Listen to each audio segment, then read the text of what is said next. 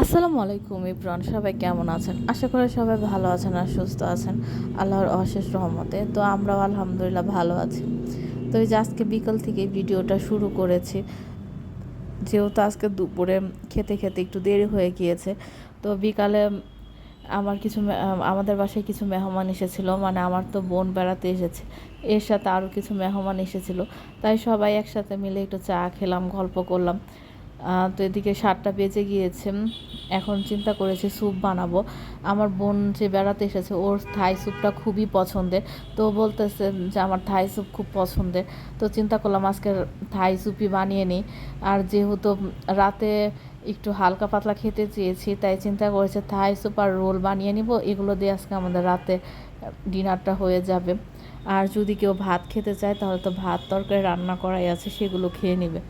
তো এই যে স্যুপটা আমার সব কিছু রেডি করে এখন চুলায় বসিয়ে দিব। আর স্যুপটা এত খেতে মজা হয়েছিল, অসম্ভব মজা হয়েছিল।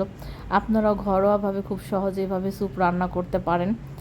আর এই যে এখানে আমি আজকে পেঁয়াজ ভেজে নিচ্ছি। এখন আমি ভিডিওটা দুপুর থেকেই শুরু করেছি, যেহেতু সকালে উঠতে উঠতে দেরি হয়ে গিয়েছে। আর বাসায় মেহমান থাকলে মেহমানদের সাথে গল্প করতে করতে কখন যে রাত হয়ে যায় বলাই যায় না। আর আমার যে বোন জামাইটা আছে সে খুব মজার মানুষ, তার সাথে আমরা রাত ভরে গল্প করেছি।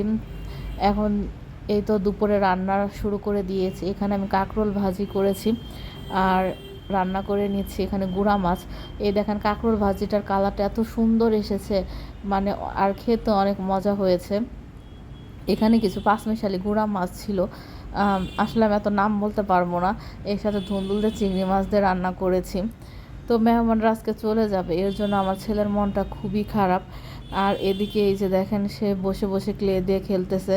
আর ও যেভাবে শুয়ে আছে, এই শোয়াটা আসলে ছোটোবেলা আমার একটা খালাতো ভাই ছিল, ও এভাবে শুয়ে থাকতো আর এভাবে মানে খেলনা দিয়ে 2 হাত দিয়ে খেলতো। তো দেখে খুব ওর কথা মনে পড়ে গেল, তাই একটু ভিডিওটা করলাম। আর এই যে এখানে দেখেন বিকালে আমার বাচ্চা টিচার এসে পড়েছে, তো চিন্তা করলাম টিচারকে নাস্তা দেওয়ার জন্য এগ রোল বানিয়ে ফেলি।